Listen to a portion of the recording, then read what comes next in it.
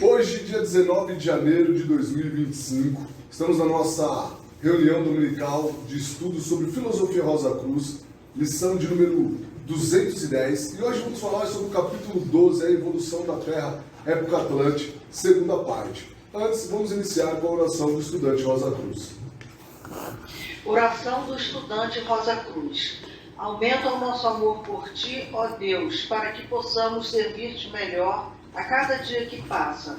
Faze com que nossas palavras dos nossos lábios e as meditações dos nossos corações sejam sempre agradáveis à Tua presença. Ó Senhor, nossa força e nosso Redentor. Os semitas originais foram a quinta e mais importante das 7 raças atlantes. Nela encontramos o primeiro germe dessa qualidade corretiva, o pensamento. Por isso, a raça semítica original se converteu na semente de raça das 7 raças da nossa atual época ária. Na época polar, o ser humano adquiriu o corpo denso como instrumento de ação. Na época hiperbórea, foi agregado a ele o corpo vital.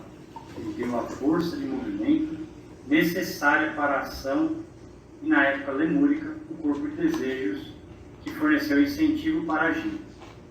Finalmente, na época atlântica, lhe foi dada a mente, para que tivesse propósito na ação. Como o domínio do ego era excessivamente débil e a natureza passional de desejos muito forte, a mente nascente se uniu ao corpo de desejos, originando a astúcia, causa de todas as debilidades dos meados do último terço da época atlântica. Na época ária, começou a se aperfeiçoar o pensamento e a razão, como resultado do trabalho do ego sobre a mente, a fim de conduzir o desejo a canais que conduzem à perfeição espiritual, o objetivo da evolução. A faculdade de pensar e formar ideias conseguiu-a o ser humano à custa da perda das forças vitais, isto é, poder sobre a natureza.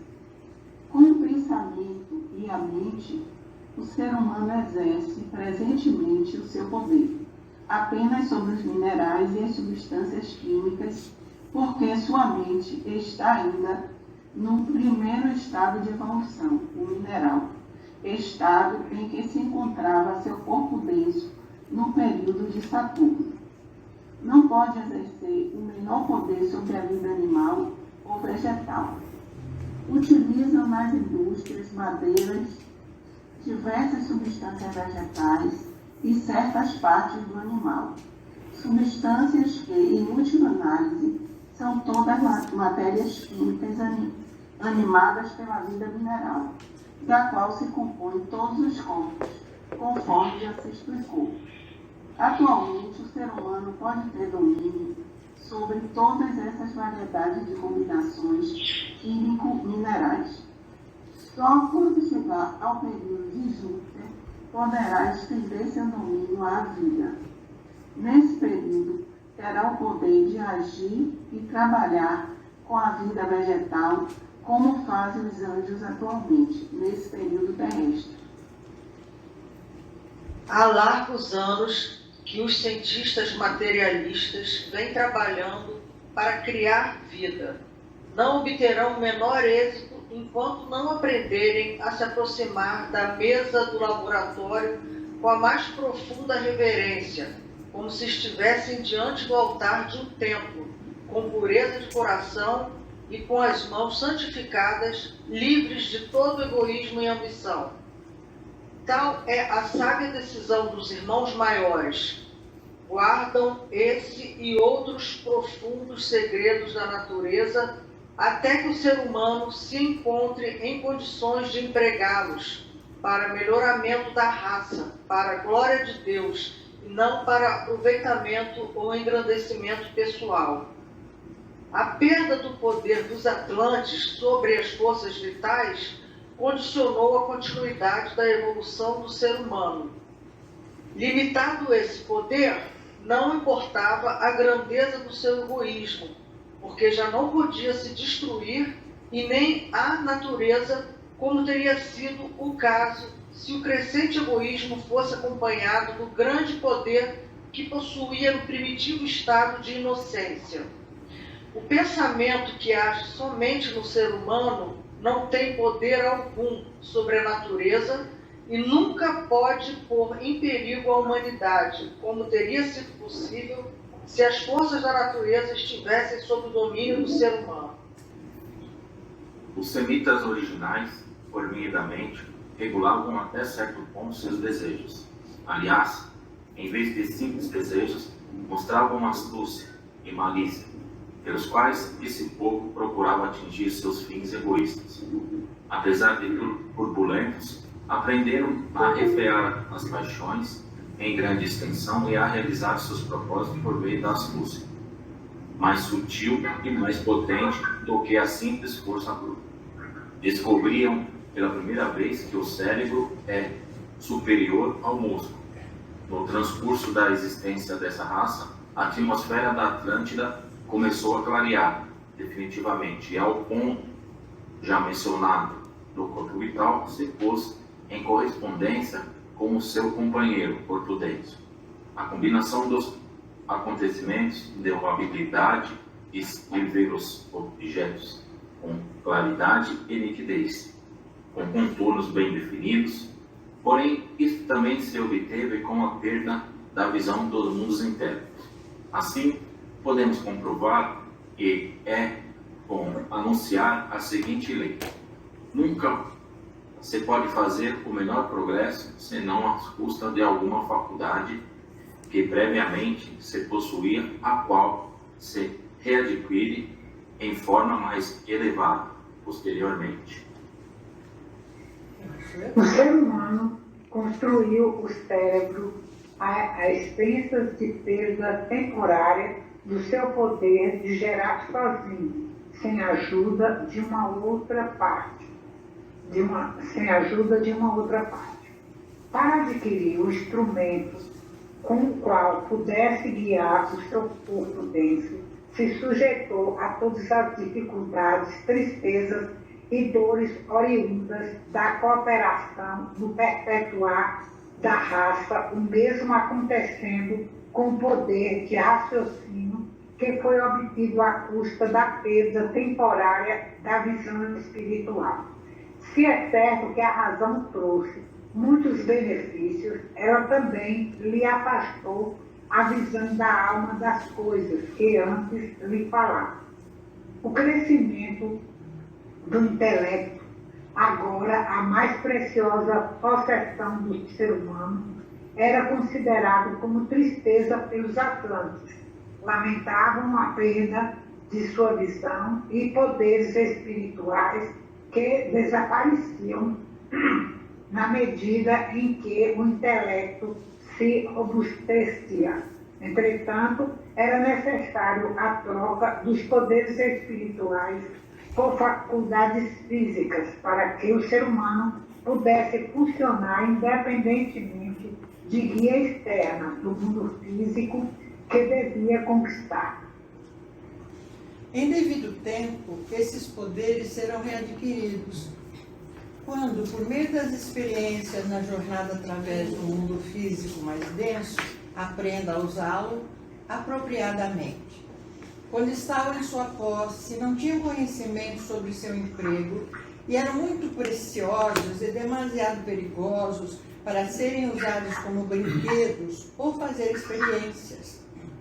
Sob a direção de uma grande entidade, a raça semita original foi levada para leste do continente Atlântico, através da Europa, para a grande extensão das estepes da Ásia Central, atualmente denominada Deserto de Gobi. Ali, ela foi preparada para se converter na semente das 7 raças da época ária, dando a ela potencialmente as qualidades que deviam ser desenvolvidas por seus descendentes. Durante as idades anteriores, desde o começo do período de Saturno e através dos períodos solar e lunar, até as passadas 3 revoluções e meia do período terrestre, época polar, hiperbórea, lemúrica e a primeira parte da Atlântida. O ser humano foi guiado por seres superiores, sem que pudessem fazer a menor escolha. Isso porque, nesses tempos, era incapaz de se dirigir, não tinha ainda desenvolvido mente própria. Por fim, chegou o tempo de começar a se guiar por si, a fim de prosseguir no desenvolvimento futuro. Devia aprender a ser independente e assumir a responsabilidade dos seus próprios atos. Anteriormente, era obrigado a obedecer às ordens do seu senhor ou regente. Agora, devia separar seus pensamentos dos visíveis líderes, os senhores de Vênus, a quem adorou como mensageiros de Deus, e dirigi-los à ideia do verdadeiro Deus, Criador invisível do sistema. O ser humano devia aprender a adorar e a obedecer às ordens de um Deus a quem não podia ver. O guia chamou o povo, reunindo-lhe e dirigiu a palavra de forma que assim podemos expressar. Anteriormente vistes aqueles que vos guiavam. Sabeis, porém, que há líderes de maiores graus de esplendor, superiores aos primeiros, que nunca vistes, mas que vos guiaram sempre, grau a grau na evolução da consciência. Exaltado e acima de todos esses seres gloriosos está o Deus invisível, Criador do céu e da terra, sobre a qual estáis. Ele quis dar-vos domínio sobre toda a terra, para que possais frutificar e multiplicar-vos nela. Deveis adorar a esse Deus invisível, mas adorá-lo em espírito e verdade, e não fazer nenhuma imagem dele, nem procurar pintá-lo semelhante a vós, porque ele está presente em todas as partes, e além de toda comparação ou semelhança. Se seguirdes os seus preceitos, ele vos abençoará abundantemente e vos cumulará de bens. Se vos afastardes dos seus caminhos, os males virão sobre vós. A escolha é vossa. Sois livre, mas deveis sofrer as consequências de vossos próprios atos. A educação do ser humano se efetua em 4 grandes etapas. Na primeira, se age sobre ele, de fora, enquanto permanece inconsciente. Depois, é colocado sob a direção dos mensageiros divinos e reis, a quem vê e às cujas ordens devem obedecer. Em terceira etapa, se ensina a ele a reverenciar as ordens de um Deus a quem não vê. Finalmente, aprende a se elevar sobre toda ordem, a se converter em uma lei em si mesmo. Conquistando-se a si, aprende a viver voluntariamente em harmonia com a ordem da natureza, que é a lei de Deus. 4 são também os graus que o ser humano segue até chegar a Deus. No primeiro, por meio do temor, adora a Deus, a quem começa a pressentir, fazendo sacrifícios para agradá-lo, como fazem os fetichistas. Depois, aprende a olhar a Deus como um doador de todas as coisas e a esperar dele benefícios materiais, agora e sempre. Sacrifica por avareza, esperando que o Senhor lhe dê 100 por 1, ou para se livrar do castigo imediato, como pragas, guerras, etc.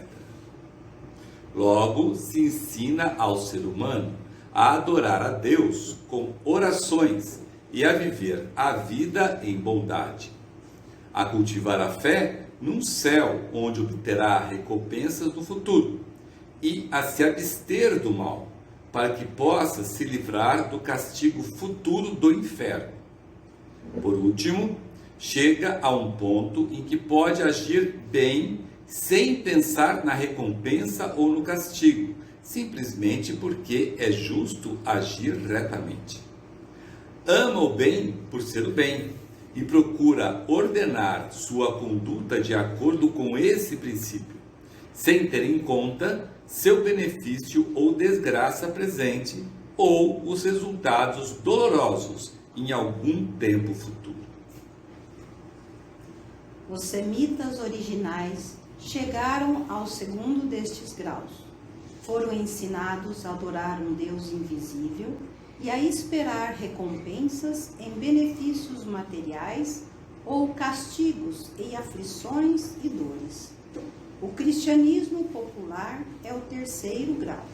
Por último grau, o cristianismo esotérico, e os alunos de todas as escolas de ocultismo estão procurando alcançar o grau superior.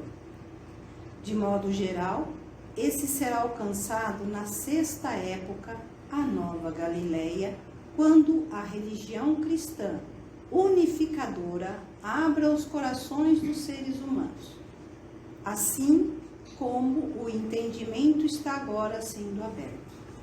Os acádios foram a sexta e os mongóis a sétima das raças atlânticas. Estes desenvolveram ainda mais a faculdade de pensar, mas seguiram linhas de raciocínio que os desviaram mais e mais da corrente principal da vida em desenvolvimento. Os sino-mongóis sustentam até hoje que esses meios antiquados são os melhores.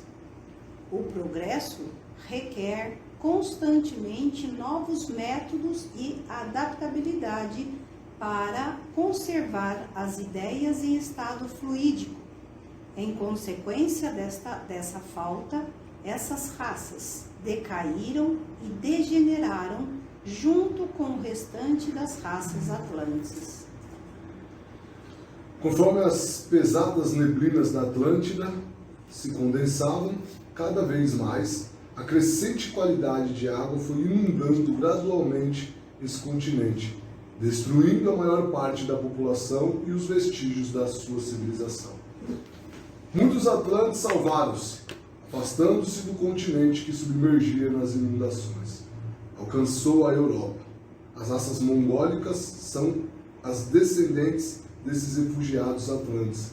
Os negros e as raças selvagens de cabelo duro encarapinhado são os últimos descendentes dos lemurianos. Muito bem. Na última reunião nós falamos sobre os semitas originais, falamos sobre os acádios e os mongóis. Hoje a gente vai passar aqui muito rapidamente um resumo do que nós falamos na reunião anterior e irmos aqui o quanto antes para o cristianismo esotérico, para o cristianismo popular e o cristianismo esotérico, que na reunião passada não deu tempo de falarmos. Perfeito? Só fazendo aqui uma recapitulação, nós falamos sobre o esquema de evolução, que passamos por um processo aqui do período de Saturno até o terrestre de involução, no qual nós tivemos uma descida, só que essa descida, ela nos despertou o tríplice espírito e nos ajudou a construir e a fazer as ligações do tríplice corpo. E não foi só isso, tivemos a mente também, que foi no período de Atlântida. Para isso nós tivemos algumas ajudas de alguns seres para poder construir o nosso tríplice espírito e o nosso tríplice corpo. As ajudas vieram no período de Saturno com os senhores da chama, que nos ajudaram a despertar o espírito divino e nos deram o germe do corpo denso. No período solar tivemos os querubins, que despertaram em nós o espírito de vida e nos deram o germe do corpo vital, os senhores da sabedoria. Um pouquinho mais à frente, os serafins no período lunar despertaram o espírito humano e os senhores da individualidade nos deram o germe do corpo de desejo. E no período terrestre, os senhores da mente nos deu o germe da mente na quarta época atlântica, que se tornou o espelho entre o tríplice corpo e o tríplice espírito. Essas foram ajudas que nós recebemos. No esquema de evolução, na metade da quarta revolução, do período no globo D, onde nós passamos aí pelas épocas, tivemos a época polar, hiperbórea, a lemúrica, a atlântica, a área. Cada uma foi uma recapitulação de cada período. Então a época polar foi a recapitulação do período de Saturno, a hiperbórea do período solar, a lemúrica do período lunar e até chegarmos na Atlântida, onde começamos a evoluir.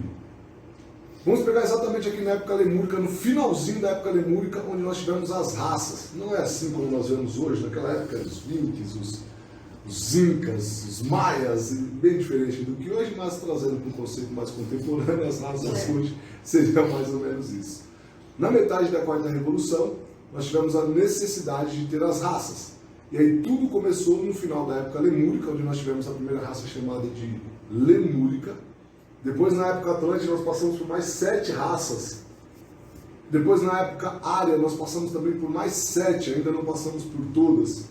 E depois nós teremos mais uma que descenderá do povo da América. Ao total são 16 raças, que também são conhecidas como os 16 caminhos da destruição. Isso por quê? Porque corre o risco de nós nos apegarmos. O tempo é muito curto e corre o risco de nós, como seres humanos, como egos, acabar nos apegando e achando que aquela é a melhor e que aquela que vai nos levar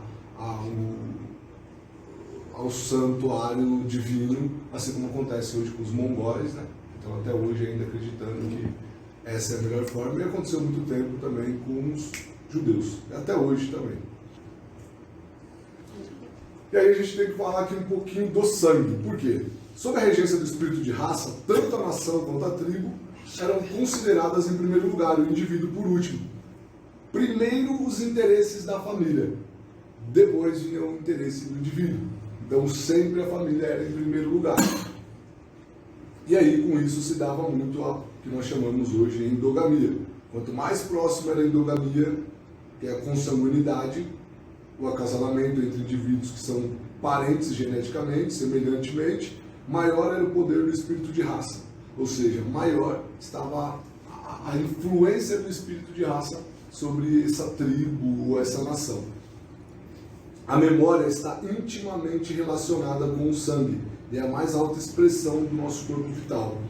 Por tal motivo, diz que por meio desse sangue comum, os seres humanos viviam durante muitas e muitas gerações, porque através do sangue os seus descendentes tinham acesso à memória da natureza dos seus ancestrais.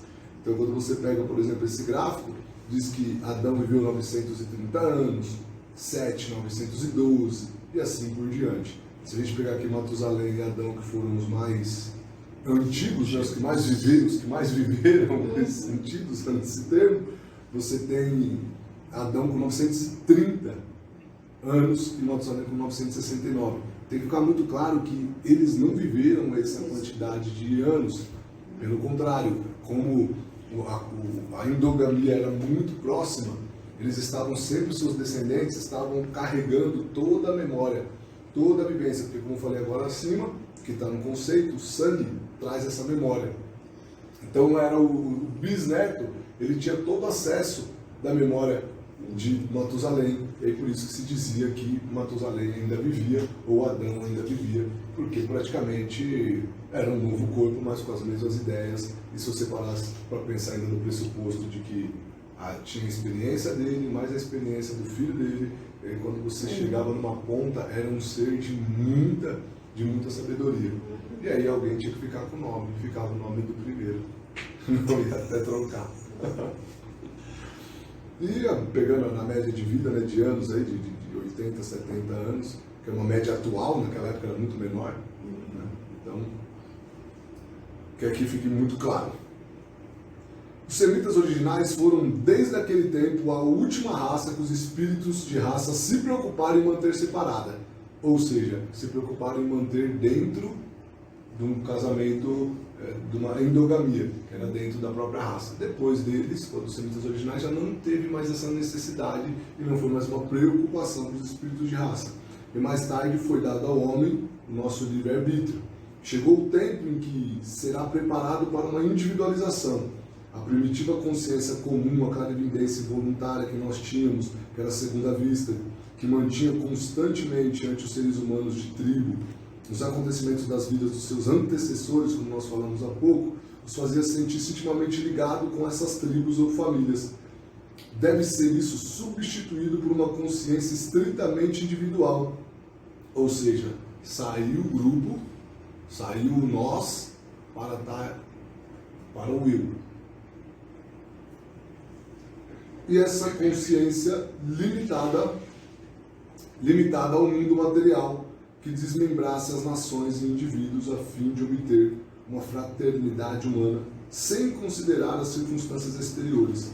Para realizar essa decomposição de nações e indivíduos, ditaram-se leis que proibiam a endogamia ou o matrimônio em família. E aí, nós tivemos, como todo bom indivíduo resistente a uma pequena mudança, quando existiu, até um período, foi necessário que os casamentos acontecessem dentro das tribos e dentro das famílias, certo? Então, quanto a isso, fato inegável que era necessário que isso acontecesse. Depois de um período, já não havia mais essa necessidade. E aí, como sempre, tem alguns que levantam a mão e falam assim, não, sempre foi assim. Por que é que a gente vai fazer diferente? E tentaram continuar.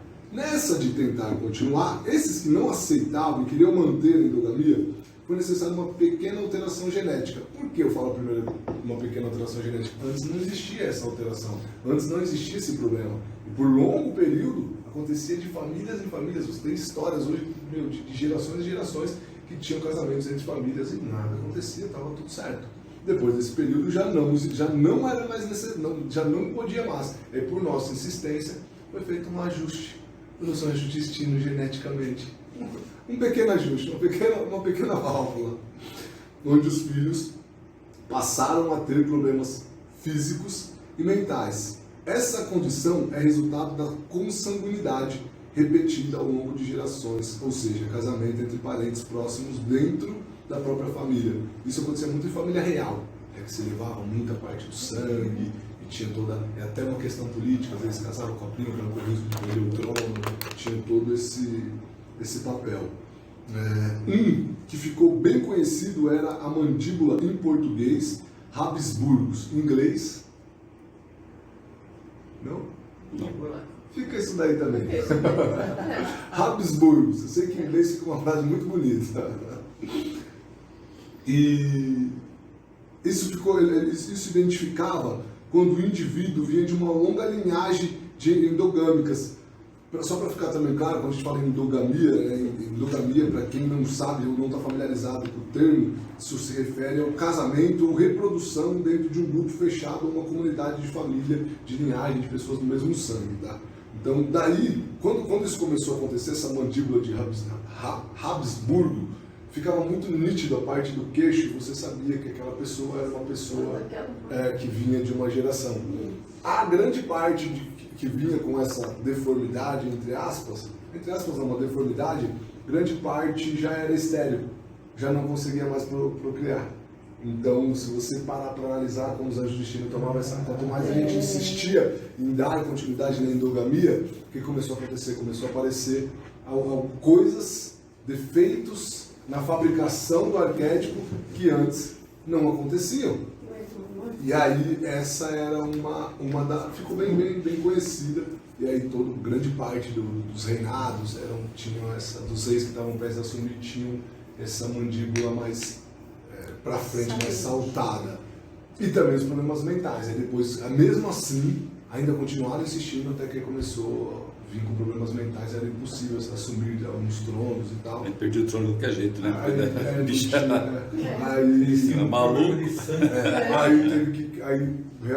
Aí passou a ser olhado o casamento com pessoas da mesma tribo como já com nojo, tipo, nossa, já não aceitável mais socialmente, que era o que nós estávamos trilhando para correr. Aconteceu certo, então já começou a ser mal visto.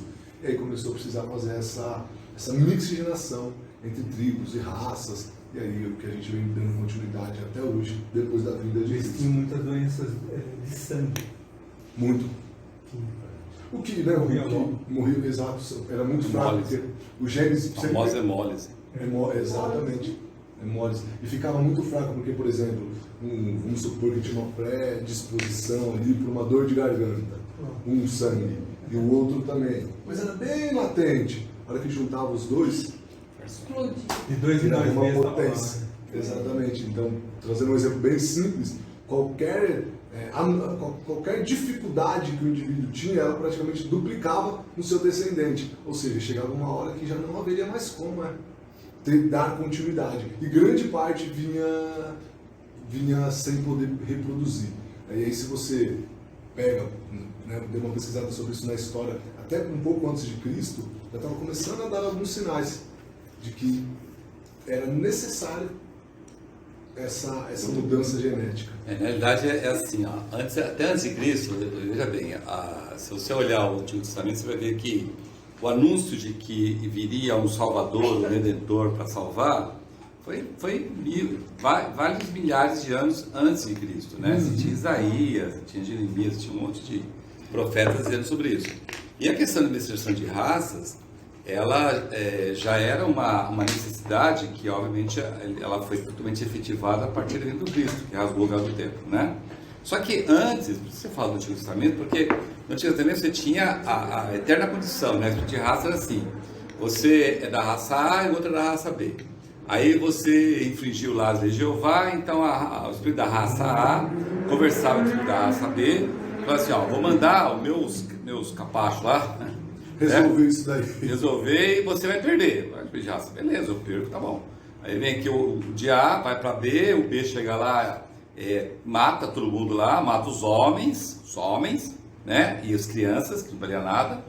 Não, os homens, as crianças masculinas e os velhos, que não valia nada.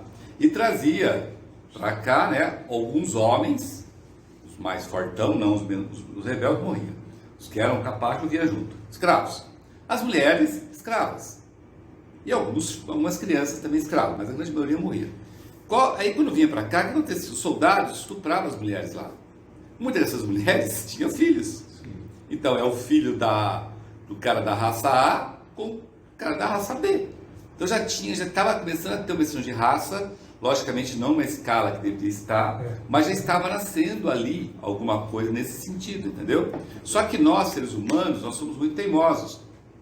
Sempre fomos e sempre seremos, né? Deveriam deixar de ser. A resistência à mudança, ao novo. Exatamente, E aí tinha essa purificação. Então, toda essa história de endogamia está relacionado, depois foi relacionado com a purificação de raça. Entendeu? Tipo assim, não, dentro da raça aqui, né? Só casei dentro da raça aqui, porque eu quero que essa raça seja pura, né? O racismo, o racismo é a má interpretação e a teimosia da endogamia. Entendeu? A endogamia virou raça. Entendeu? E aí, o espírito de raça não foi o arcanjo que chegou lá e carcou a mão, forçar a mão para dizer, ó, você é tal. É a pessoa que se apegou à raça e ela não entendeu que o Cristo acabou com essa frescura, né? Muita gente não entende até hoje. O racismo é super enrustido nas pessoas. Não só do negro, mas do amarelo, do vermelho, de tudo quanto é coisa, entendeu? Mas isso que você estava falando, essa questão da endogamia, com essas mudanças de sangue, começou a aparecer o sangue, fator RH positivo e negativo que não tinha, sangue A, B, O, etc e tal, foi tudo para acabar com a endogamia. Falar, daqui para frente não precisa mais, porque o espírito de raça já cumpriu sua função. Isso bem antes do Cristo. Bem antes. Lembra? Bem antes do Cristo. Então, precisou milhares de anos para tentar desfocar a necessidade do espírito de raça. Veio Cristo e continuamos muito tempo com o espírito de raça. A gente achando que era espírito de raça. O espírito de raça não... Falou assim, cara, não precisa... Já não sou mais seu espírito de raça. Não é mais necessário. E a raça lá cultuando o bezerro de ouro, cultuando o espírito de raça. Em formatos, N formatos. Né? Quando você cultiva, por exemplo, os antepassados, em várias regiões, shintoísta antepassado. Isso é espírito de raça. Que virou espírito de família, que virou espírito de tribo. Então, que é criado por nós, não é o arcanjo tem nada a ver com o arcanjo falou, acabou. Já foi outra. Já foi para outra missão. Trabalhar em outro campo. E a negada está aqui ainda achando, não, porque Miguel, Rafael, Gabriel, sei lá quem é, qualquer E é legal isso que já vinha sendo preparado antes de Cristo, e uma evidência que tem é que Ramsés, o faraó, né, o famoso faraó do Egito, quando foi desmumificado, encontraram algumas Deformidades. Porque isso vinha, ele já vinha de uma linhagem muito forte. Aí depois, quando deu continuidade, aí as anomalias ficaram cada vez maiores para realmente poder acabar, porque se não faz isso, até hoje nós estaremos fazendo a mesma coisa. Até porque, vamos analisar com uma ótica astuta. Imagine ter a sabedoria, o conhecimento de todos os seus antepassados. Vocês querem uma notícia facinho, rapidinho aqui? Até a década de 50, 1950, anos 40, 1950, até o início de 1960, podemos até colocar assim, né? Nossos queridos irmãos e irmãs do Nordeste brasileiro, homens, virginava a filha, porque eu, como pai, tenho o direito de dar filha. E quantas filhas engravidaram por incesto? Estou falando isso do século XX. Estou falando isso para vocês verem como nós, seres humanos, a gente carrega essas reminiscências muito fortes, e se der um espaçozinho, a gente aflora. Uma coisa que é interessante na tumba do faraó, que ele tinha as deformidades, enterraram junto às muletas dele. Justo, acompanhou a vida inteira. Realmente chegou uma hora que a teimosia passou. Passou do limite, e aí? Aliás, até para alegrar um pouquinho, você pensando bem, aquele simpático senhor que apareceu com aquele queixão enorme, queixada. Pensa numa princesinha linda, com cabelinho loiro maravilhoso, e esse queixinho não estava bom. Quer dizer, o pessoal começou a ver que estava inviável, né? A vantagem é que ele era um homem poderoso e ninguém ia afrontá-lo, né? De jeito, né? O que chegava primeiro. Só falavam por trás. Não dava tempo, Por trás não falavam. Esse problema chama prognatismo. Isso. Muito comum na região que eu fui criado lá. Pela mescla dos sangues diferentes obtidas no matrimônio de indivíduos de diferentes tribos, que o Carlos falou, começou às vezes a escrava com o soldado, e toda essa mescla, os guias da humanidade estão ajudando gradualmente o ego a expelir do seu sangue os espíritos de família, de tribo ou de nação. Mas como eles se foi também a clarividência involuntária, resultante da atividade deles no sangue. A mescla do sangue destruiu essa faculdade. Todavia, tal perda foi uma vantagem, porque concentrou as nossas energias, a energia do ser humano, no mundo material, permitindo assim que ele aprendesse melhor as suas lições, o que também nós não dávamos o valor necessário. Tem diversas passagens no conceito que diz que também fomos forçados, tivemos alimentação para isso, tivemos incentivos para isso, porque também nós não queríamos sair do conforto e ter toda a visão. Por que eu vou me esforçar aqui em aprender algo? Sendo que O Jardim do Éden era tão bom, né? Podia andar pelado, ninguém enchia o saco. Certo, e isso trazia para o ser humano um certo conforto, que aí vamos colocar o que a gente estava falando até no começo, ficava em cima do muro. Essa mornidão não fazia crescer, fazia manter uma velocidade de cruzeiro. E o objetivo não era manter a velocidade de cruzeiro, o objetivo era nós ascendermos. Então, essa mescla começou a cortar essa visão e nos ajudar a fincar mais o pé na terra. É interessante que na nossa reunião anterior, estávamos um pouco, mas foi discutido exatamente isso. Agora vem um novo momento que é capaz de, ao invés da dificuldade, numa situação mais tranquila, todo mundo se acomodar. Lembra? Foi assim que acabou. Sempre é o risco de acomodação. A qualidade negativa do ser humano chama-se inércia. E o que mais o ser humano não gosta é de adaptabilidade. Exatamente. Por mais que você fale que não, infelizmente é isso. Nosso sistema praticamente é desenhado para isso. É uma força, é uma energia muito grande que você tem que fazer para poder quebrar um hábito. Você acostuma a fazer uma coisa e você vai ver a dificuldade que é você parar. Para resolver esse problema a gente justifica, dizendo que é o governo, que é o pai, que é a mãe, que é o tio. Aí entra aquela velha frase da maga: a culpa é minha, eu boto em quem eu aqui. Pronto, tá bom. Na fraternidade lá em São Paulo, naquelas antigas palestras, quando tinha bastante gente lá, diversas vezes eles falavam dessa questão de um camarada se acomodar. Ele só acomodou, pode esperar que vem coisa por cima. Exatamente. Outra coisa interessantíssima é que a mescla do sangue, ela também, ela automaticamente ela vai substituindo o altruísmo pelo patriotismo. E a lealdade de família vai desaparecendo. E conforme o ser humano vai progredindo através desses estágios, ele vai perdendo gradualmente, né, como a gente já falou, a visão dos mundos internos.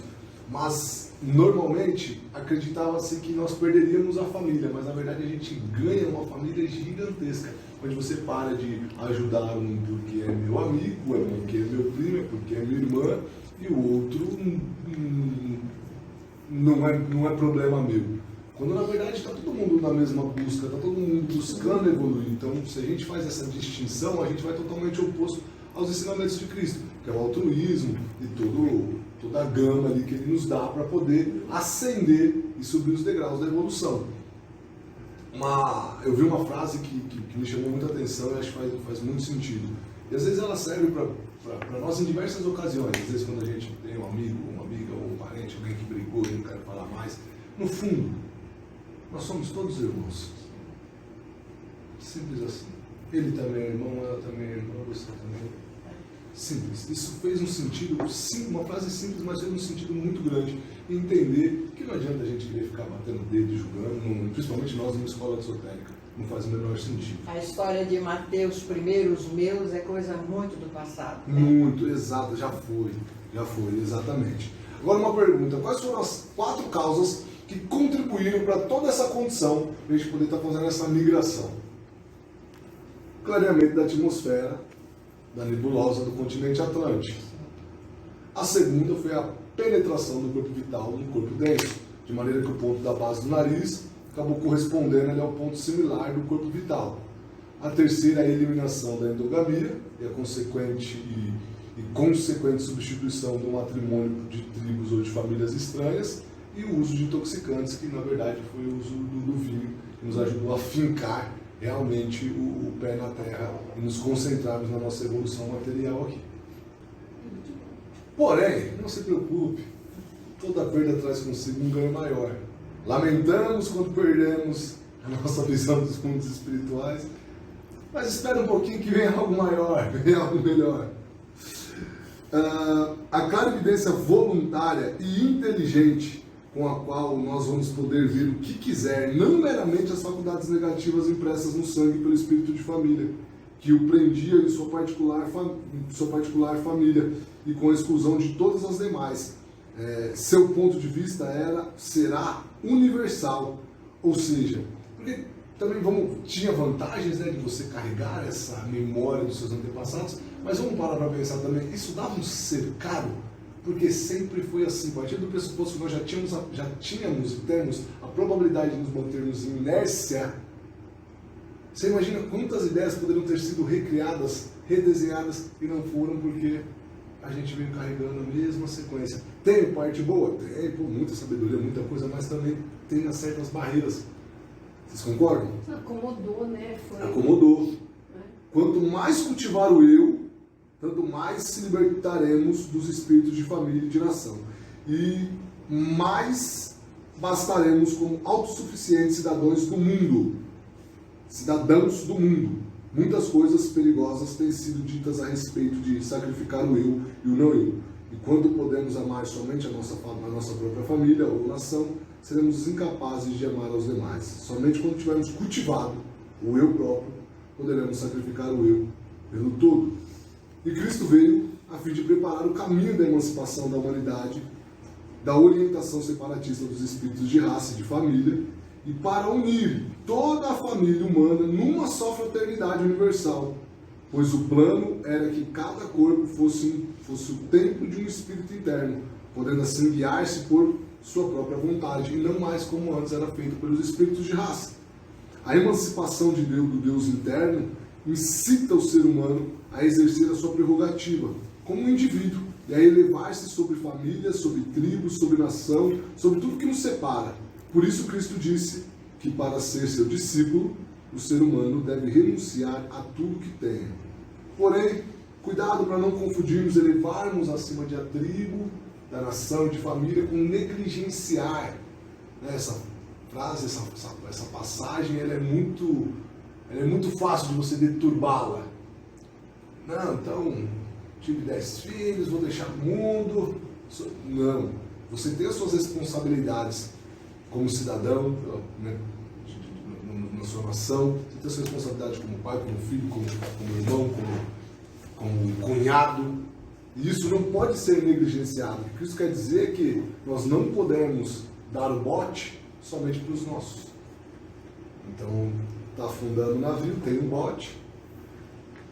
Minha família, e depois o que sobrar, e se sobrar, vocês. Então, como um verdadeiro capitão, que você seja o último a descer do barco e que não seja priorizado somente os seus. Um verdadeiro, tá bom? Só para ficar claro, um verdadeiro capitão. Somente quando nós rompermos esses laços é que tenhamos firmados a nós mesmos, tornaremos autossuficientes, podemos sim converter-nos em servidores desinteressados da humanidade. Quando o ser humano chegar a tal estágio, irá descobrir que em vez de perder a sua própria família, ganhou uma família gigantesca, pois todos são para ele seus irmãos e irmãs, seus pais, suas mães, dos quais deve cuidar, aos que deve ajudar. Cristo veio para reunir as diferentes raças com laços de paz, de novo, paz e boa vontade, de maneira que todos os seres humanos, de forma voluntária, conscientes, sigam a lei do amor. O cristianismo atual não é sequer uma sombra da verdadeira religião de Cristo. E nessa expectativa permanecerá até que todo o sentimento de raça haja sido superado. E ainda, nós falamos há pouco, se vê, né, em pleno século XXI, reminiscências, atitudes das quais eram do período da época de raça.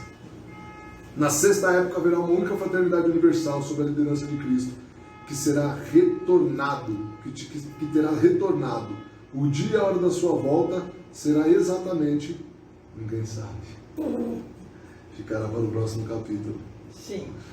Isso dependerá do tempo em que um número suficiente de pessoas tenham começado a viver uma vida de fraternidade e de amor, e que será a marca da nova dispensação.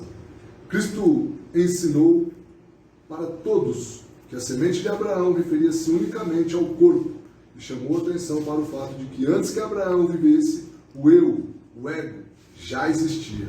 O tríplice espírito individual teve a sua existência antes de todas as tribos, antes de todas as raças, e irá existir até que essas passem ainda mais, até que não reste nem memória. O tríplice espírito do ser humano, o ego, é um Deus interno que o ser humano corporal, pessoal, deve aprender a seguir. O espírito de raça que ainda existe no ser humano trabalha com ele. Porém, quanto mais é avançada uma nação, quanto mais atrasada é uma nação, mais ela atende com o espírito de raça.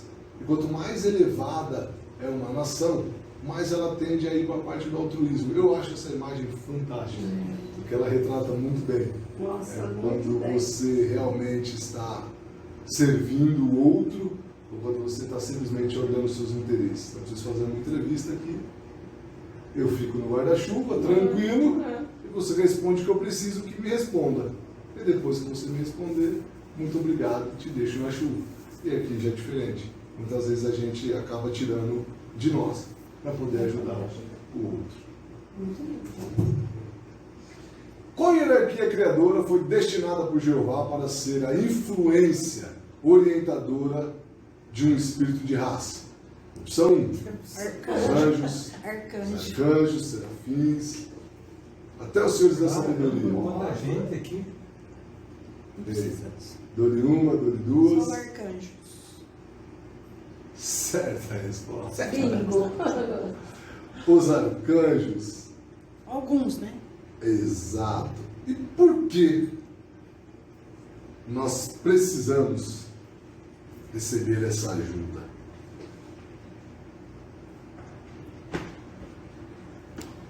Na segunda época da Hiperbórea, a Terra foi arrojada do Sol. E depois a Lua foi separada da Terra na terceira época lemúrica.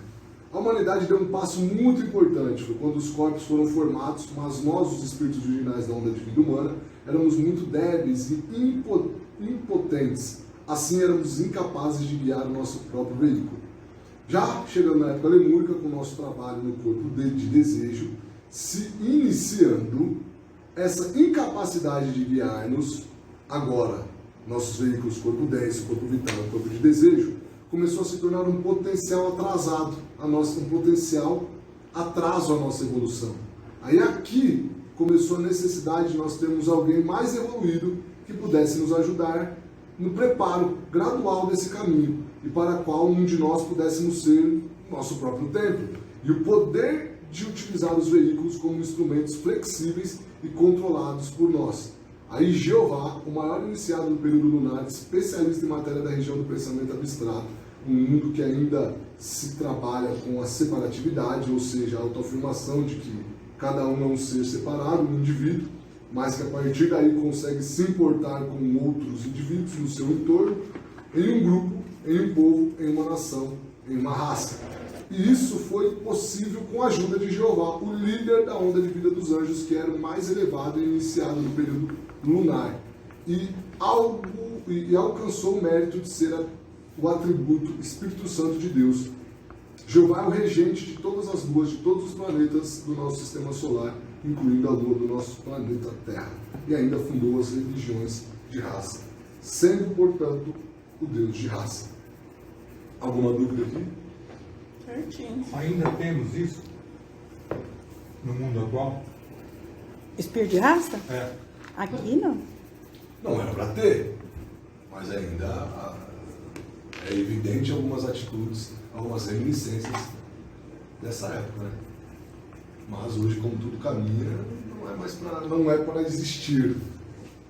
Mas como somos teimosos. Existe um pouco No de Ocidente, espírito não. de família, né? De família. Infelizmente. Que também é uma reminiscência, se você analisar patriotismo. Né? Apesar, ainda existe. Menor do que há 10 anos atrás, menor do que há 20 anos atrás, menor do que há 50, menor do que há 60. E parece que essas guerras que nós estamos tendo aí tem um dedinho ali, né? Como tudo é muito a sabedoria divina, você também, como eu acho assim, a família é o primeiro lugar onde a gente aprende ou deve aprender a amar e proteger.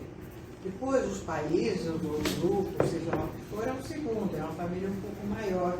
Mas o caminho realmente é esse, né? Da gente, a grande família fraterna da humanidade. A gente veio do mesmo lugar, a caminhada, um está um pouco na frente, outro atrás, mas o caminho é esse mesmo, né? Tem um filme que retrata maravilhosamente bem isso, maravilhosamente bem, que chama Até o Último Homem. É um soldado que é convocado para ir para a guerra e ele é muito, muito religioso, muito espiritual. Ele fala, não pegue arma. E tiram sarro e fazem isso, fazem aquilo, até que eles aceitam ele como médico. E chega um determinado momento, eles estão lá numas cavernas, lá numas catatumbas, que ele encontra um adversário. Um adversário ferido, arrebentado. E aí, a hora que um bate com o outro, o adversário já fala, morri. E ele também fala, morri. E o adversário mais ferido do que ele, meio que se entrega. Ele tira uma agulha e injeta a morfina, que é o que se utilizava, né, na época da guerra. E ajuda o outro. Amarra ele numa corda e Amarra, desce ele. exato. Então, Você assistiu? esse filme retrata exatamente, né, qual é o nosso papel como estudantes, né, esotéricos. Não fazer essa distinção. Opa, o cara não é do meu time, então não vou usar com ele morfina. Ele teve a oportunidade de provar que ele era aquilo que ele dizia que era. Né? Exato, exato. Você lembra como que o exército inteirinho pronto para agir, ficavam esperando ele acabar de orar. Os caras falavam, vai atacar? Não, ele está orando ainda, calma. Exato. No começo tiravam um sarro e depois acaba que ele Aceitando. virou até quase como um amuleto do seu time. Agora nós vamos falar sobre o cristianismo popular e esotérico.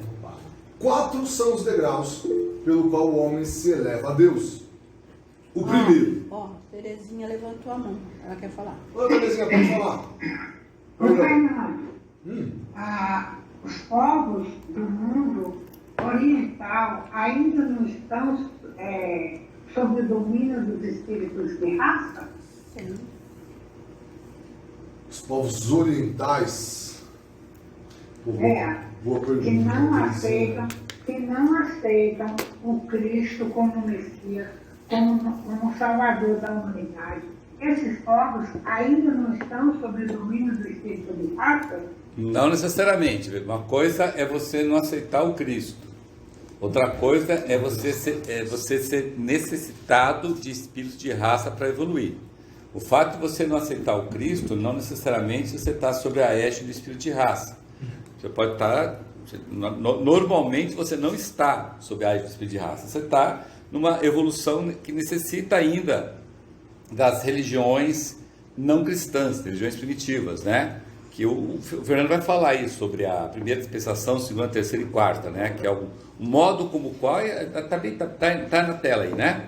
Os 4 degraus pelo qual a gente se eleva a Deus vai encaixar justamente nessa sua pergunta, Terezinha. Você vai ver que os nossos irmãos e irmãs orientais, eles não estão decididamente nem no 4º, nem decididamente nem no 3º grau, mas com toda a certeza do mundo no 2º e, quiçá, muitos deles no 1º.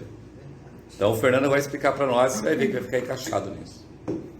Essa parte da lição foi uma das assim, que eu achei sensacional. Então, por exemplo, a gente fala de 4 degraus, né, para chegarmos até Deus, já é algo muito interessante entender como é que funciona. E o primeiro é o medo. Aproximação por temor.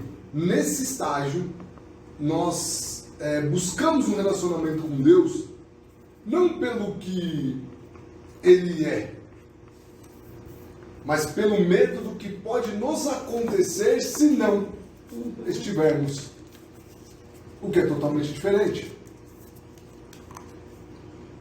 Quem começa, realizamos, né, como que são as práticas aqui, nós realizamos rituais sempre com sacrifício para agradar a Deus, achando que isso vai evitar punições ou desgraças. Exemplos clássicos disso são, por exemplo, as religiões animistas e fetichistas, como de algumas tribos africanas e indígenas, o politeísmo da antiguidade, como a prática de sacrifício na Grécia e em Roma, para acalmar os deuses. Estava vindo uma tempestade, automaticamente cada um pegava teu sacrifício e vamos levar um sacrifício para agradar a Deus. E aquilo não era única, não vamos agradar a Deus porque Deus tem sido legal conosco, não. Era pelo que poderia acontecer se ele não estivesse. Entendeu? É um exemplo clássico, por exemplo, a mulher está muito brava, aí você vai lá e leva o chocolate antes de contar que você quebrou a vidraça da garagem. Pronto. Total. Isso. Um benzinho trouxe para você. Esse 1º grau, esse sacrifício normalmente era sacrifício de sangue. Então, isso aí foi uma deturpação do tabernáculo no deserto. Porque você lembra do tabernáculo no deserto, que foi a primeira igreja nossa? Como nós começávamos a ficar muito apegados a coisas materiais, aí o Deus da época, Jeová, através do tabernáculo no deserto, através de Arão, o primeiro sumo sacerdote, que era parente chegado do Moisés, né? Moisés era o condutor, o Arão era o sacerdote, né? Construiu o tabernáculo no deserto e disse o seguinte para o povão, vocês agora estão na hora de voltar-se para Deus. Primeira coisa que volta para Deus, pegue o seu melhor bem, aquele que você mais estima, e traz aqui para queimar aqui no altar de sacrifícios. Aí em 100% dos casos, o melhor bem, o maior bem não era a esposa, muito menos o filho amado ou a filha amada, nem o cachorro, Cordeiro. nem o gatinho, nem o coelhinho, né? Normalmente era um boi, uma vaca, uma coisa potentosa, que dava mais, que dava poder para a pessoa ou que dava fortuna para a pessoa, porque vacas e bois era o que municiava carnes, leite, as coisas todas, entendeu? Então, isso aí foi a orientação de Deus, Jeová. Aí, como a gente sempre dá aquela deturpada, certo? Foi indo, deturpou-se para o sacrifício de sangue, com medo de Deus. Então, por quê? Não trabalho no deserto. Se eu não fizer isso, Deus vai me dar praga, não sei o quê. Deturpação disso. Se eu não matar alguém como sacrifício, né? Eu vou ter essa praga. Então, normalmente matava-se. Quem que você matava? Matava escravo, matava-se muitas crianças, muitas mulheres, muitos velhos. Em forma de sacrifício. Às vezes o sacrifício era o seguinte: você tinha uma rixa com um cara, você ia lá no cara e mandava espancada nele, depois eu pegava aquele cara e falava assim: vai precisar de alguém para o sacrifício? Tá, aí o cara pode levar.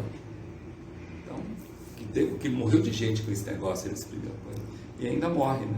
Sim, até hoje, algumas vertentes. Viu lá no Rio Grande do Sul, lá, há uns tempos atrás, aí, um molequinho que foi morto num sacrifício desse tipo de coisa. Isso nós estamos falando no Brasil, no século XX. Algumas tradições ainda neopagãs. Primeiro, assim, um exemplo contemporâneo. Todos os exemplos são não cristãos, tá? Sempre. Sempre. Algumas tradições neopagãs, que incluem rituais para aplacar ou equilibrar energias e forças naturais. Algumas vertentes do candomblé ou da umbanda, onde oferendas são feitas para os espíritos ou orixás, a fim de afastar influências negativas ou evitar situações adversas. E o pior, algumas delas falam que são cristãs. Tem um Cristo lá, tem um crucifixo. Sim, tem. Por incrível que pareça. É o ser humano. Somos nós. Segundo é mais livial, você. Pegando esse primeiro degrau, ficou alguma dúvida de quem está em casa? Alguém quer saber como é que faz o sacrifício? Tem alguma dúvida de... Fernando vai fazer. Uma demonstração, tem um tutorial do YouTube. Eu não sou eu, tá? Terrível. Então, é importantíssimo. Já fomos assim, né?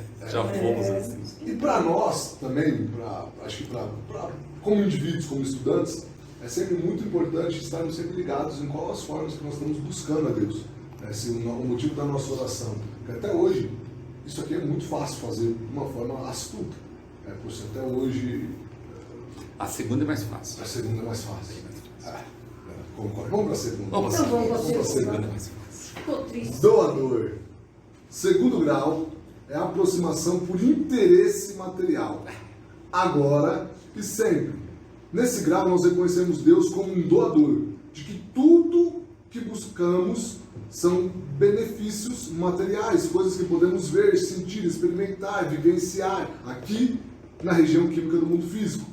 Promovemos sacrifícios não tão primitivos como os do primeiro grau, de morte, de sangue, mas todos movidos pela avareza, esperando que Deus dê 100 por 1. Eu dou 1 e Ele me dá 100. Na igreja porque ele é todo mundo. Lógico. Não compare. Sacanagem, né? Tem uma igreja perto de casa cristã, ele fala: se você doar 1, você vai ganhar até 25 vezes a mais. Ou para se livrar de castigos imediatos. Também. Como pragas, guerras, desgraça e tudo que tem a ver com perdas materiais. Enchente sempre também. Voltadas à parte material. Enchente também, assim que acaba de tudo. Não tem aquela velha frase, né? Quer descobrir se alguém é ateu? Coloque-o dentro de um avião e desligue o motor. Essa eu convenci muitas vezes. Essa é legal. Ai, minha Nossa Senhora, pelo amor de Deus. Santo Agostinho, São Genebra, tudo quanto é santo. Tem que fazer uma terceirização. Eu tenho 2 filhos para criar, né? E eu prometo que se eu sair dessa, eu vou para a próxima. eu parei de ver. Me livra dessa. As práticas religiosas ainda se baseiam nessa troca, em dar e receber. E exemplos clássicos são todos os exemplos não cristãos também, aqui bem deixar bem claro. E ainda que muitos estejam disfarçados, jurando de pé junto, que são tendo crucifixo, tendo Jesus, braço aberto, braço cruzado, crucificado, enfim, de tudo quanto é maneira. Tem que ficar claro para nós que não são. No Antigo Testamento, os sacrifícios eram feitos para obter vitórias ou bênçãos. Rituais populares hindus voltados para Lakshmi, que é a deusa da prosperidade, segundo os indianos, e a Ganesha, que é superar obstáculos, portas abertas, tudo voltado bem para a parte material. Exemplos contemporâneos são, por exemplo, a teologia da prosperidade, que nós estávamos falando na reunião anterior. A teologia da prosperidade você encontra hoje nas igrejas neopentecostais, que são baseadas no protestantismo calvinista, onde ensinam que ofertas financeiras são uma forma de plantar sementes de bênçãos e prosperidade material, pois Deus nos criou para sermos prósperos materialmente aqui. Espiritualidade da nova era. Muitos movimentos modernos, como a lei, por exemplo, de atração, que incentiva práticas espirituais como a meditação ou a visualização para atrair riqueza material, sucesso material ou saúde, e um corpo denso para usufruir dos prazeres da vida. É importante entender que um corpo denso saudável é diferente de um corpo denso para usufruir dos prazeres da vida. Manter um corpo denso saudável é uma obrigação, é um dever de nós cuidarmos do tempo. Se você não estiver bem com o tempo, dificilmente vai estar bem em qualquer outra área da vida. Agora, cultivá-lo para prazer é diferente. Candomblé, Umbanda, além de afastar negatividades, as oferendas podem ser muitas vezes feitas para pedir proteção contra quaisquer coisas que no final possa vir a te prejudicar materialmente e para trazer prosperidade e abertura de caminhos. Isso os indianos, e aqui nós, nossos irmãos africanos, e nós também aqui no Brasil tendemos a fazer muito. Passou uma entrevista, acho que nesse meio de tempo, no final do ano, e a repórter perguntou para a menina: e o que você fez esse ano? Como você abriu esse ano? O que você fez de importante para o ano seu seguir muito bem? Ela fez macumba. Quem manda perguntar? Meu Deus. E você via a inocência. A inocência, a naturalidade. A inocência que é prima da ignorância. Exatamente, inocência não é virtude. Verdade. Tudo sempre é bem voltado ou para pedir que algo não aconteça, então eu não quero que dê errado isso, então, exato, não quero que chova, então vamos lá, te dou isso e você não manda chuva, ou te dou isso e você me dá aquilo, então te dou aquele bezerro e você manda a chuva para a plantação. É sempre essa troca. Eu dou, mas deixa eu ver, não, faço 10 Ave Marias e 3 Pai Nossos, mas em contrapartida trago o seu amor em tantos dias. Eu quero 100. Exato. Então, um Pai Nosso e 10 Ave Marias, você me dá um carro novo. Exato. O problema, gente, é que tanto na primeira dispensação, que é do medo, segunda da dor, tá certo isso. Só que está no tempo errado. Tá certo isso na época Atlântica. Só que nós estamos na é área, né? Um pequeno desajuste de tempo, entendeu? Tempo. Então as pessoas que estão vivendo como primeira dispensação de medo ou segunda dor, elas estão atrasadas. Que saibam, não queira saber ou não queira saber, mas está atrasada. Nós mesmos, qualquer um de nós aqui, que pensar em fazer alguma coisa para Deus, para ganhar alguma coisa, nós estamos atrasados. Entendeu? Então, não é porque nós somos cristãos que não fazemos, tem muitos cristãos que fazem. Tá? E você vê no texto, como foi lido, que quando, bem no ponto ali em que as hierarquias criadoras saíram e passaram a tutela para o ser humano, o que eles falaram lá? Aí está no texto lá, fala assim, ó. Então o que acontece? Foi falado isso, falou assim, ó, a partir de agora, vocês vão caminhar por si só, lembra disso? Sim. Vocês vão me obedecer, isso é Jeová falando, tá? Jeová falando para a galera, para nós. Vocês vão me obedecer, porque se vocês me obedecerem, eu vou ajudá-los. Se vocês me desobedecerem, vocês estão ferrados. Tá no conceito isso. Foi dito lá. Sim. E a gente foi fazendo isso, que era as religiões antes de Cristo, religiões de raça, por exemplo, né?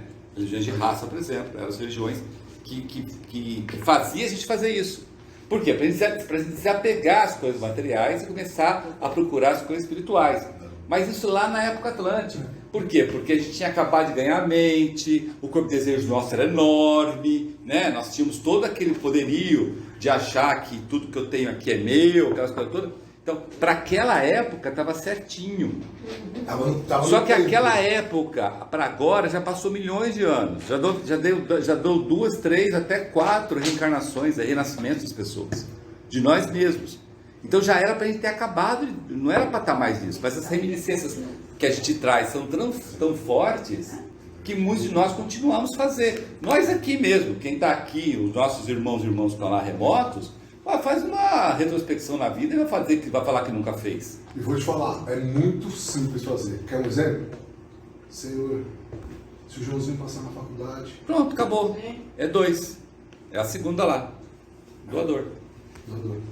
Eu vou até a Aparecida do Norte a pé. Não que seja ruim, se você quer fazer a caminhada, por fazer, por um momento introspectivo, mas nunca para pagar algo, cura. Na minha época de fotos antigas, de vez em quando eu olho assim, eu vejo lá uma criança vestida de anjinho.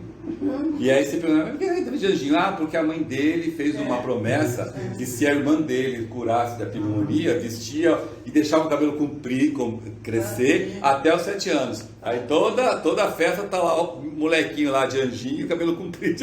Olhando a mãe. Se você, na própria Aparecida do Norte, tem dezenas de pedaços do corpo, como vela, para quando dá certo, você vai lá e entrega como agradecimento por ter se curado de uma... a famosa sala de milagres das igrejas, né? Sala de milagres. Perna, braço, cabeça. Exatamente. Tudo isso é uma reminiscência. Pata de cavalo, eu já vi até pata de cavalo, acredita? Pata de cavalo, porque o cavalo, não precisou sacrificar porque a pata curou, então pegaram e fizeram um molde da pata. Por isso que para nós, de extremíssima importância, encerrarmos nossa oração com a máxima. Sempre a sua vontade. Querer ser curado? Quero, Senhor, com certeza me ajuda, mas que seja feita a sua vontade. Até para Paulo, né? O Paulo foi lá reclamar. Mas tem internet aqui, ó. Tem. Eu tenho internet aqui, ó. Eu também sou. A mais simplesinha dessas coisas era virar seu totó de cabeça para baixo até casar. Essa também. Santo Antônio de Ponta Cabeça também é doador. Por isso que é uma linha muito tênue e não dá para olhar para trás e falar, nossa, onde já se viu querer medir força com Deus, eu te dou você me dá 100. Então, mas olha que interessante, esse segundo não é cristianismo, mas o cristianismo popular está cheio desse segundo. O cristianismo popular, o Fernando vai falar, é o terceiro, tá? Então, ou seja, o cristianismo popular está contaminado. O que é isso, o cristianismo popular? São as igrejas cristãs, tá? Católicas e protestantes, o cristianismo popular, que é o terceiro, né? Certo. O Fernando vai falar. Mas ela está impregnada do segundo. Sim. Impregnou do segundo. Terceiro. Entendeu? Impregnou o segundo, quando deveria estar no terceiro. O que mais uma vez mostra a nossa incapacidade, a nossa dificuldade em subir o próximo degrau. Sim. A nossa dificuldade em mudar. Eu acho Em que dar você esse. é teimoso. Essa. Eles conseguem ouvir? Consegue, está ouvindo lá. Está todo mundo ouvindo. O islamismo enfatiza que as boas ações e o cumprimento da vontade de Alá para alcançar a prosperidade material da pessoa e da sua família, e muitos se estendendo para as suas raças, e depois as bênçãos de Alá quando morrer. Por isso que nossos irmãos maometanos, islamistas, estão no segundo. Certo? Por isso que estão no segundo. Aceitar você aonde, Manejo? Aceitou? Aonde tem que aceitar você? Aqui ela pediu para entrar de novo. Não apareceu você aqui. Ó, na tela lá. Já entrou, já. Já entrou a Ângela aqui, ó. Obrigado, Alana. Ninguém estava vendo a Ângela aqui. Tá todo mundo vendo a Ângela, mas não está vendo a Ângela. Eu acho que não foi pra lá. Viu? Então, Então, gente, esse segundo degrau é muito importante nós sabermos o que ele é, para nós, estudantes Rosa Cruzes, não praticá-lo. É importante saber, não é a gente saber para dizer para os outros não praticar. É saber, tá? Lembra que vocês lembram que a última frase da oração Rosa Cruz é o quê? Que a gente se esforce para que todos vivam em perfeita liberdade. Isso, então é bom a gente saber para nós não praticarmos, mas não é para chegar a dizer para os outros que não é para praticar o que está praticando, ou, sabe, demonizar as pessoas que estão praticando. Não é isso, tá? Isso é importante dizer, tá? Ok? E ela ajuda até muito com a teoria dualista, né? Esse degrau do doador que está falando, desculpa, é Monique. Isso. Esse degrau do doador. Do doador. Quando a minha filha era pequena, ela ficou internada no CTI com uma pneumonia muito grave. Aí depois que ela ficou boa, eu fiz, distribuir Cosme Damião, sabe? Fez o quê? Isso, Cosme Damião, no dia de Cosme Damião. Isso seria um exemplo disso, né? Não, pera um pouquinho, calma. Você demonstrar gratidão, gratidão é quarto nível, é o que o Fernando vai falar, gratidão. Você não pode ter pedido para Deus antes, negociado com ele, e aí depois que deu certo, você fazer isso. Né? A barganha. Que é a famosa promessa. Entendeu? Fazer isso. Sim. Do tipo assim, ó, se a minha filha ficar curada, eu dou. Se não der, eu nem. Além de não dar, eu tiro. Exato. Não é assim que eu fiz, não. Eu fiz em agradecimento. Lógico, Ela não. é criança, né? Gente, e Cosme Damião é das crianças. Isso mesmo. Expressar gratidão é importante. O que não pode é barganhar, que é isso daí que o Fernando está falando, é uma barganha. Que é a famosa promessa. Eu te dou, eu só eu vou distribuir sopa para os moradores de rua, mas só se esse mês eu conseguir atingir o faturamento X. Isso. Aí eu vou distribuir cestas básicas. Exato. Ou seja, eu quero primeiro eu dar depois. Agora, se você atingir um objetivo, uma meta, poxa, eu vou agradecer esse nome de agradecimento. Gratidão é bom. Tudo Gratidão é diferente.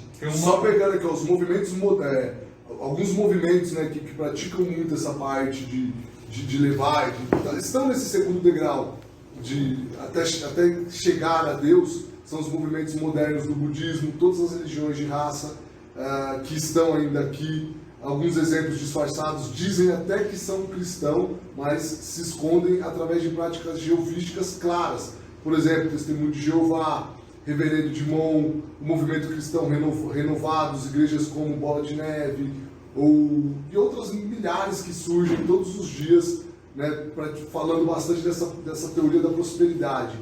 E é muito fácil você identificar esse tipo de lugar.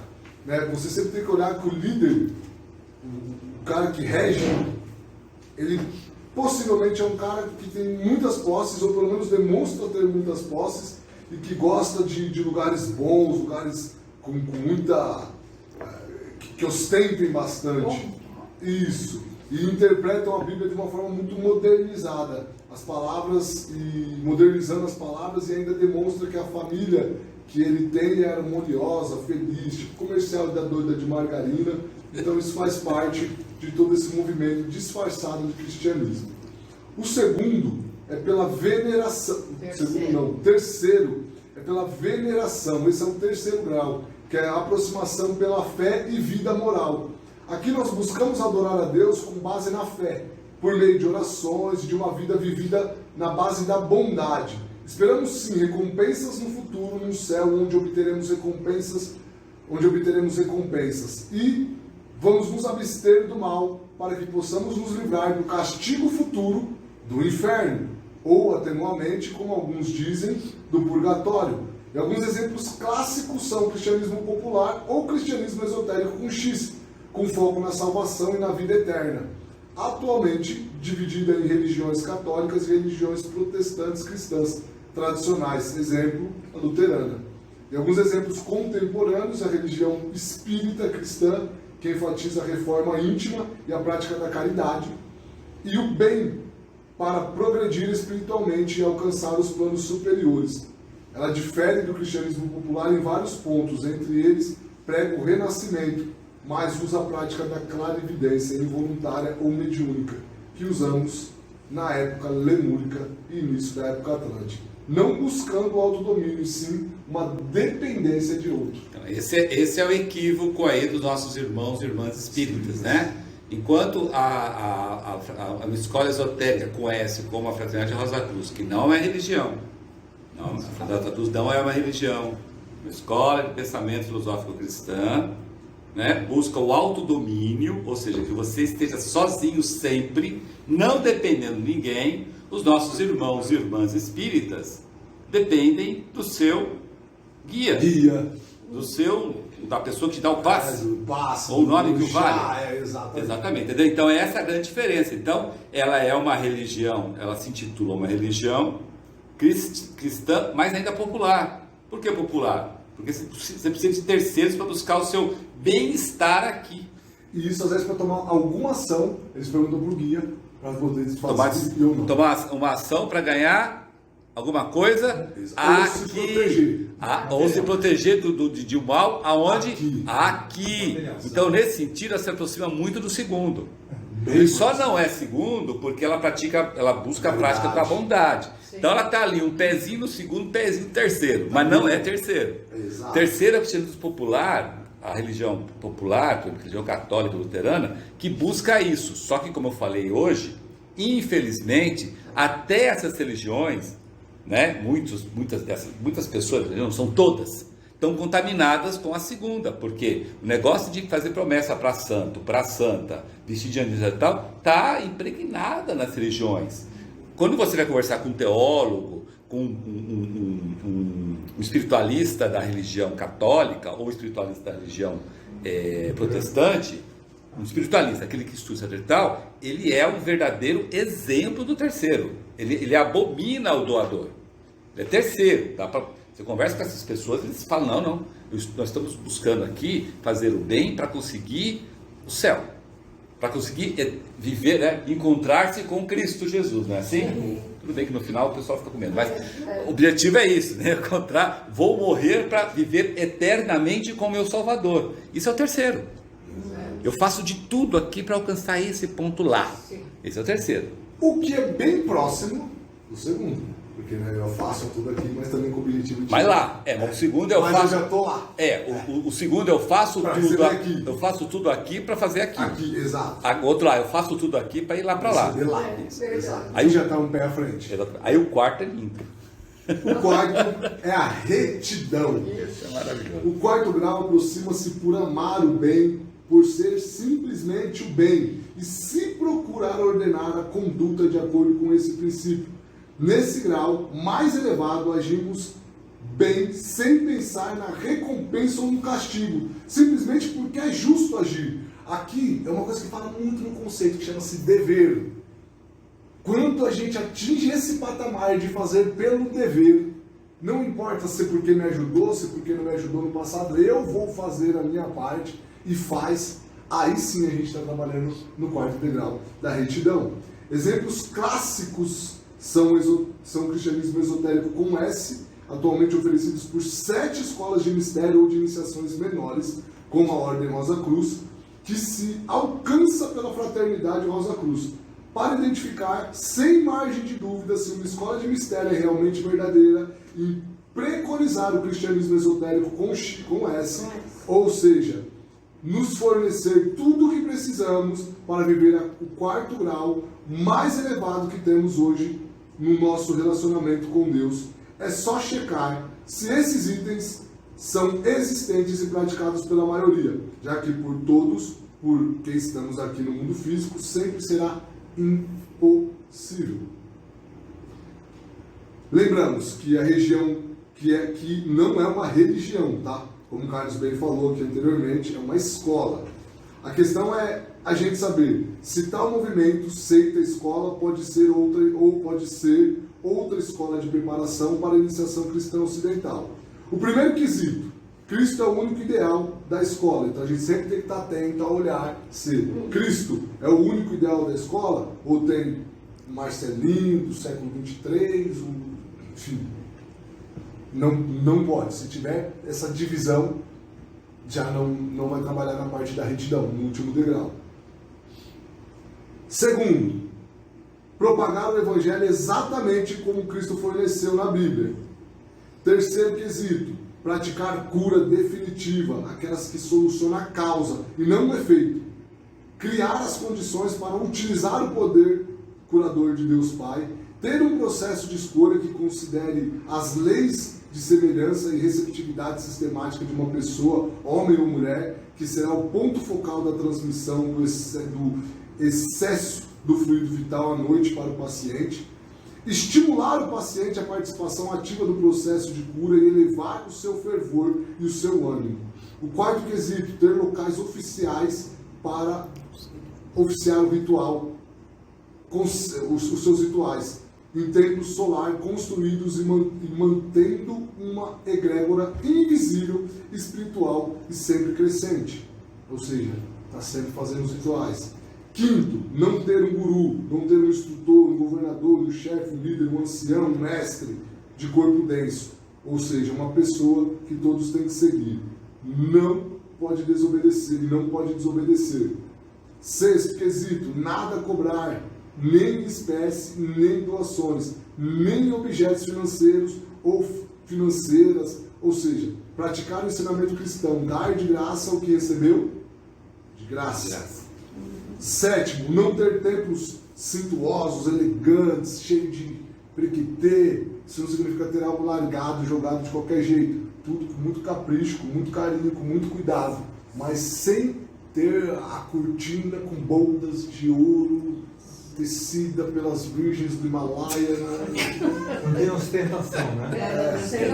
Não, é simples, exato.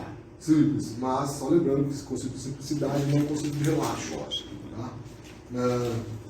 Ter um caminho possível, claro, para as pessoas seguirem, para o estudante seguir, onde ele sabe onde ele possa se localizar onde ele está e para onde ele vai.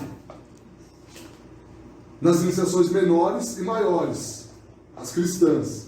Nono quesito, não fazer nenhuma distinção à capacidade do estudante, ou seja, não tem problema se é velho, grande, preto, pobre, rico, baixinho, com perna, sem perna, com ouvido, sem ouvido, com olho, sem olho, homem, mulher. Não existe essa... com cabelo, sem cabelo. Não existe essa distinção. Todos são muito bem-vindos, só requer a vontade e a autodisciplina, que é um assunto da pessoa com ela própria.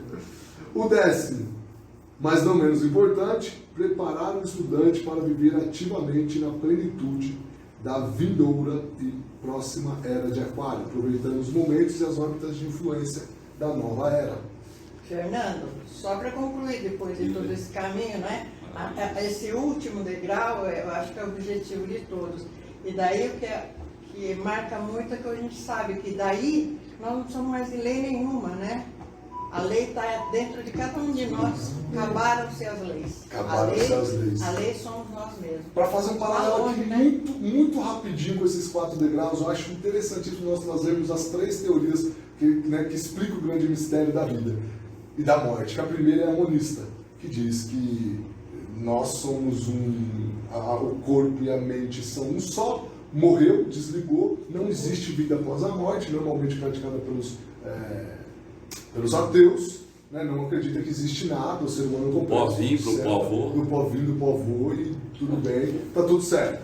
Essa é a teoria. A segunda é a teoria que a gente chama de dualista, né? Que é a teológica, que ela diz o seguinte: você é uma das milhares de almas criadas por Deus, vai passar de 0 a 100 anos estourando no máximo. Nesse período é o suficiente para que você seja julgado pelos atos que você fez, e desses atos você vai ter um lugar no céu ou no inferno. Esse lugar é eterno, não existe uma passagem de volta, é só uma passagem de ida, e dali você continua seguindo pelo restante da eternidade.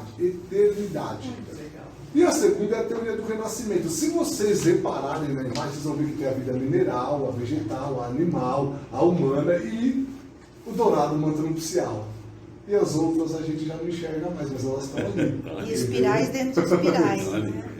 É a teoria do renascimento, que é espirais dentro de espirais, que diz que nós somos seres que vamos renascendo. Se você avaliar, no cosmos, uma árvore morre no inverno, renasce na primavera. E assim ela vai seguindo o seu fluxo de evolução. Cada uma dessas teorias, das anteriores, elas têm as suas falhas, onde elas acabam sendo, onde você pode carimbar o erro, né? A primeira, da teoria da dualística, é como se um Deus de bondade, de amor e de sabedoria, que ela diz que é, essa teoria diz que o Deus é amor, é sabedoria, é bondade, como é que ele poderia criar um plano dessa forma? Se ele criasse um plano dessa forma, ele não seria sábio e não teria amor. E não seria justo.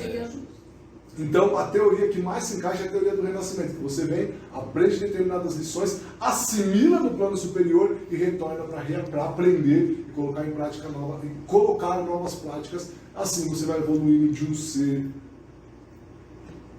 um ser humano até se tornar um Deus criador. Para finalizarmos, como a gente falou bastante de raça, então, na época da pandemia, inclusive até depois de deixar isso, eu achei que ficou muito bacana. Eu fiz tem um livro da Rosa Cruz que tem a genealogia de Cristo.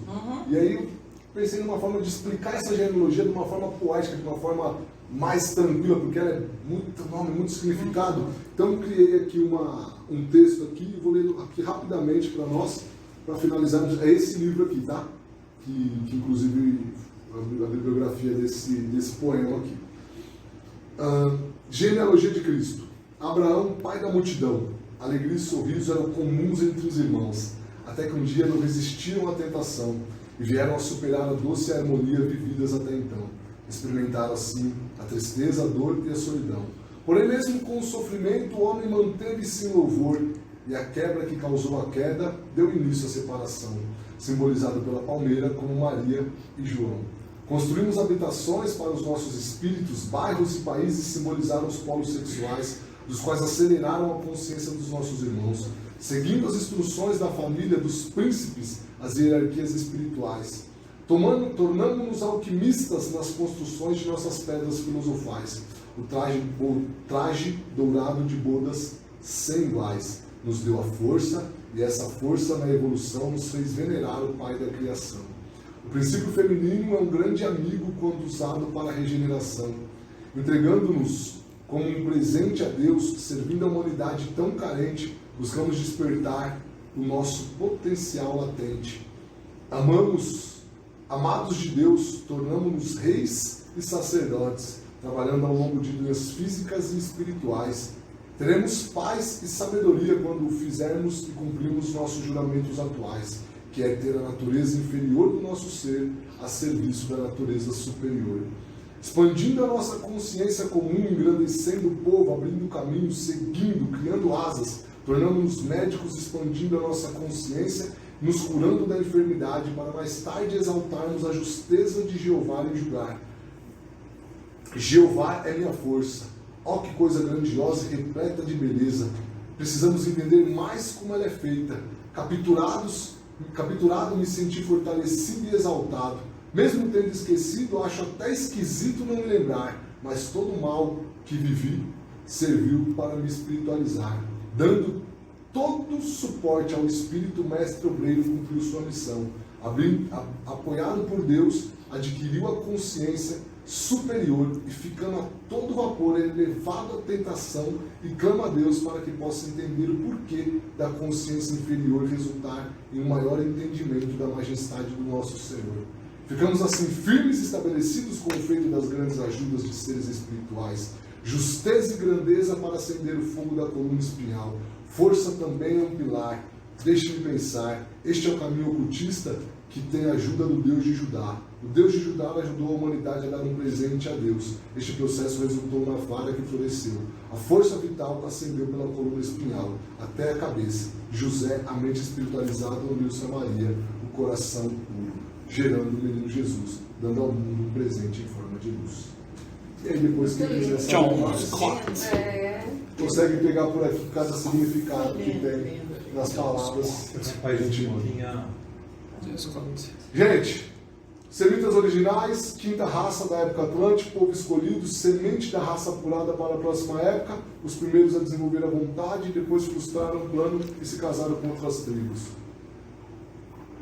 4 são os degraus pelo qual o homem se eleva até Deus. Medo, vendo Deus como doador, venerando Deus em orações, e o dever, agir bem sem pensar em recompensas. Os acádios foram a sexta das épocas e os mongóis da época Atlântica a sétima. Muito obrigado a todos. Quase que não deu tempo. E agora vamos para a oração Rosa Cruz. Oração Rosa Cruz. Não te pedimos mais luz, ó Deus, senão olhos para ver a que já existe. Não te pedimos canções mais doces, senão ouvidos para ouvir as presentes melodias. Não te pedimos mais força, senão o modo de usar o poder que já possuímos. Não mais amor, senão habilidade para transformar a cólera em ternura. Não mais alegria, senão como sentir mais próxima essa inefável presença, para dar aos outros tudo o que já temos de entusiasmo e de coragem. Não te pedimos mais dons, amado Deus, mas apenas senso para perceber e melhor usar os dons preciosos que já recebemos de ti.